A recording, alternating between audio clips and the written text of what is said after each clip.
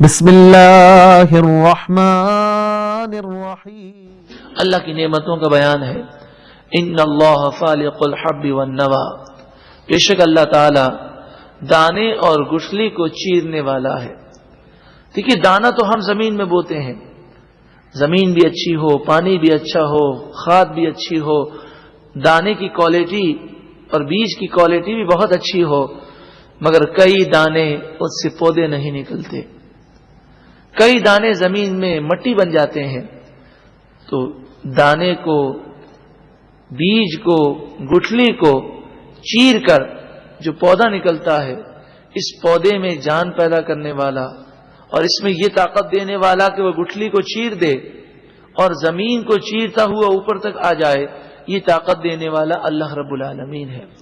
یخرج الحی من المیت، اللہ تعالی مردہ سے زندہ کو نکالتا ہے۔ گٹھلی میں بظاہر جان نہیں ہے، اب جو پودا نکل رہا ہے سائنس اس کو جاندار مانتی ہے۔ انڈے میں بظاہر جان محسوس نہیں ہوتی، لیکن اس سے جو چوزا پیدا ہوتا ہے وہ ہمیں چلتا پھرتا نظر آتا ہے۔ وَمُخْرِجُ الْمَيِّتِ مِنَ الْحَيِّ، اور زندہ سے مردہ کو نکالتا ہے۔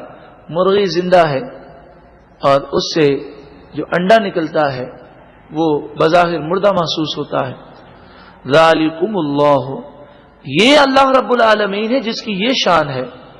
فَأَنَّا تُؤْفَكُونَ، پھر تم کہاں اوندھے منہ جاتے ہو، کیوں اس کی نافرمانی کرتے ہو، کیوں اس کی عبادت نہیں کرتے۔ فالق الاصباح، اندھیرے کو چیر کر صبح نکالنے والا کون ہے؟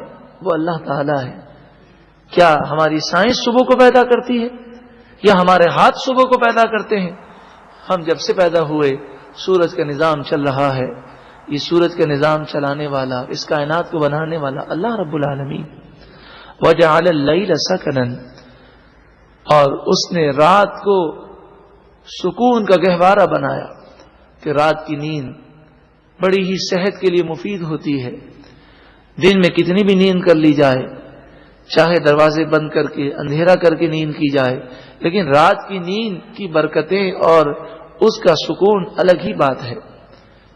والشمس والقمر حسبانا، اور سورج اور چاند ایک مقررہ اندازے پر ہیں، ان کا ایک نظام ہے، نہ سورج اپنے نظام سے ہٹتا ہے، نہ چاند اپنے مدار سے آگے پیچھے ہوتا ہے۔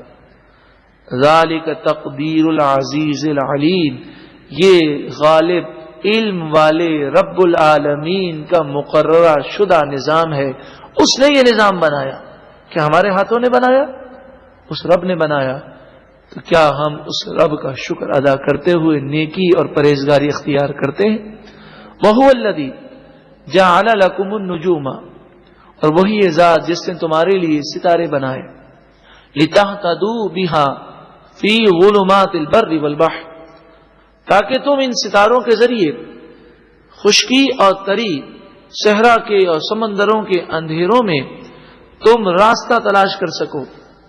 اس زمانے میں ایسا ہوتا، بلکہ آج بھی ستاروں سے راستے کا تعین کرنے والے آج بھی موجود ہیں۔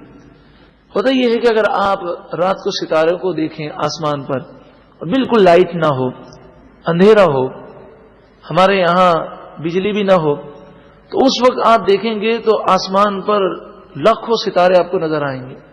ان ستاروں کے گروپس ہوتے ہیں اور مختلف وہ شکلیں اختیار کرتے ہیں۔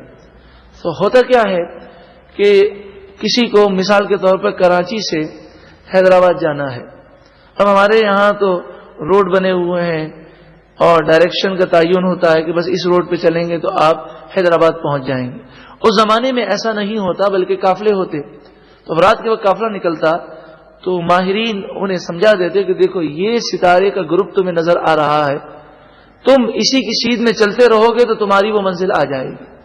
تو وہ رات میں راستہ بھٹکتے نہیں تھے، انہیں زمین پر راستہ تلاش کرنے کی ضرورت نہ ہوتی، وہ اوپر ستاروں کے گروپ کو دیکھتے رہتے اور وہ جو ایک ڈیزائن کا گروپ ہوتا اسی کی طرف نگاہ رکھتے ہوئے وہ اسی کی سیدھ میں جاتے اور اپنا راستہ پا لیتے۔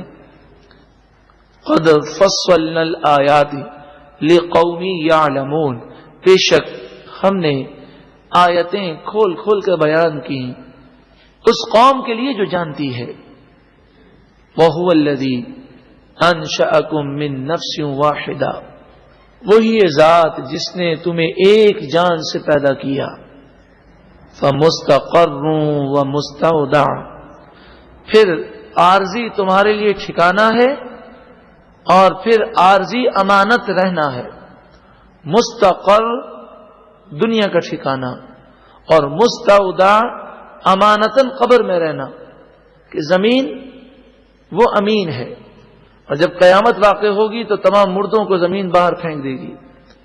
قد فصلنا الآیات لقوم یفقہون، بے شک ہم نے آیتیں کھول کھول کر بیان کی اس قوم کے لیے جو سمجھ رکھتی ہے.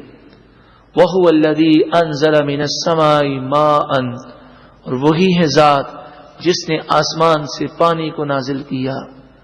بتائیے کوئی دنیا کی طاقت بارش اگر اللہ تعالیٰ روک دے تو کوئی ہے دنیا کی طاقت جو بارش برسا سکے؟ اور اگر اللہ برسانا چاہے تو کوئی طاقت ہے جو اس کو روک سکے؟ نہ سردی پر ہمارا کنٹرول ہے، نہ گرمی پر ہے، نہ ہواؤں پر ہے، نہ طوفان پر ہے، نہ سیلاب پر ہے، نہ بارشوں پر ہے، نہ زلزلوں پر کوئی کنٹرول ہے. صرف یہ ہو سکتا ہے کہ اطلاع مل سکتی ہے.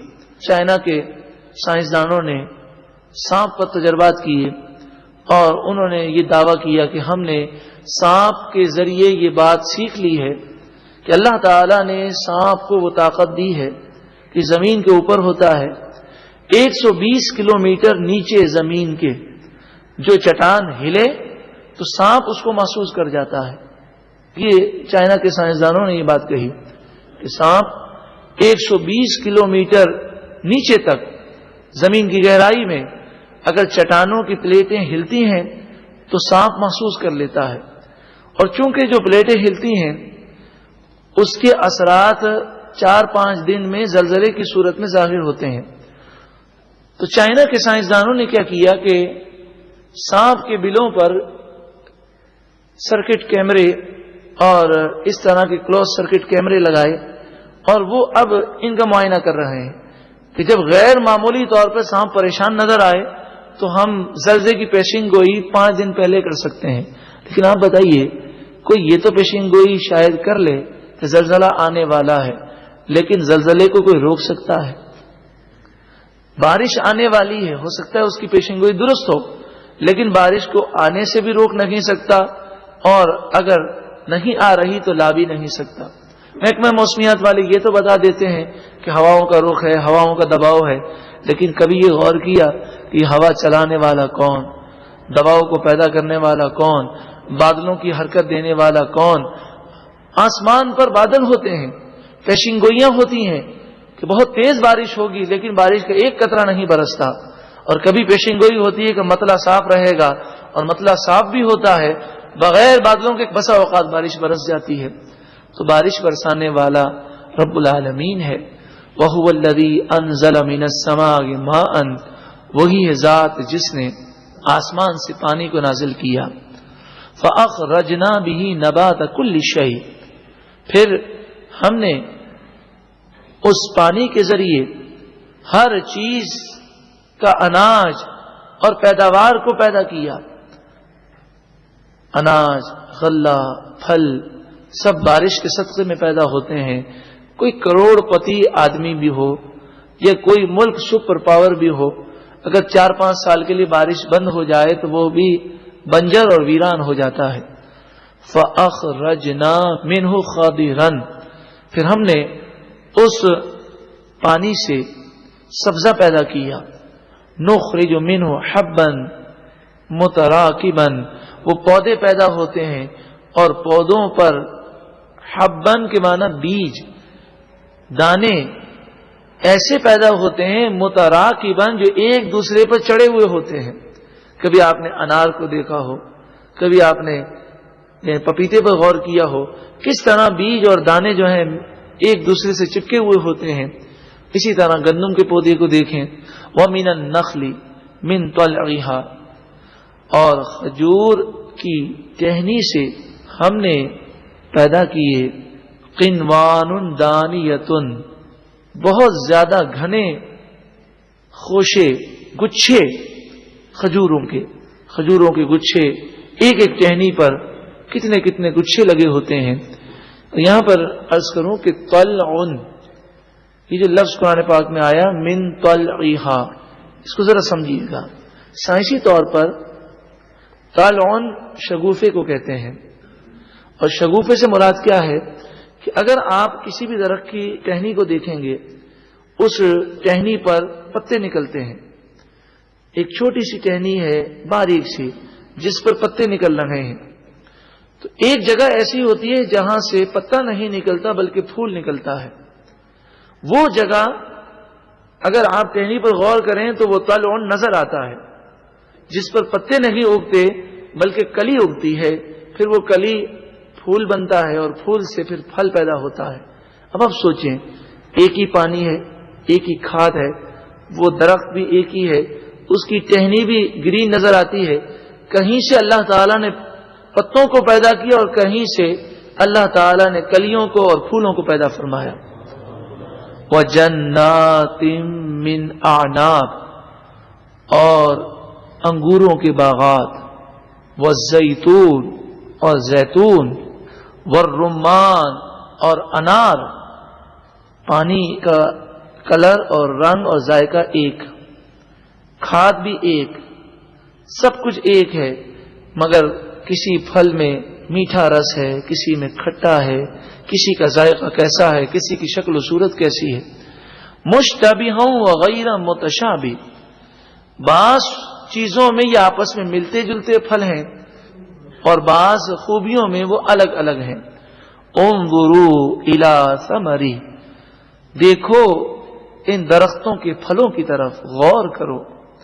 اذا اثمر، جب یہ درخت پھل دے، وینعہ، اور جب یہ پھل پک جائے تو اللہ کی نعمتوں کو یاد کرو، اس کی قدرت پر غور کرو.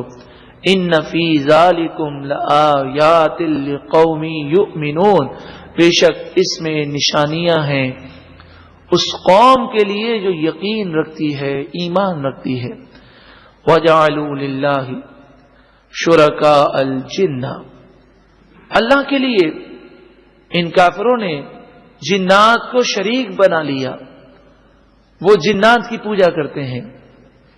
یہ جو اصل میں دیوی اور دیوتا کا تصور ہے، ہوتا کیا ہے؟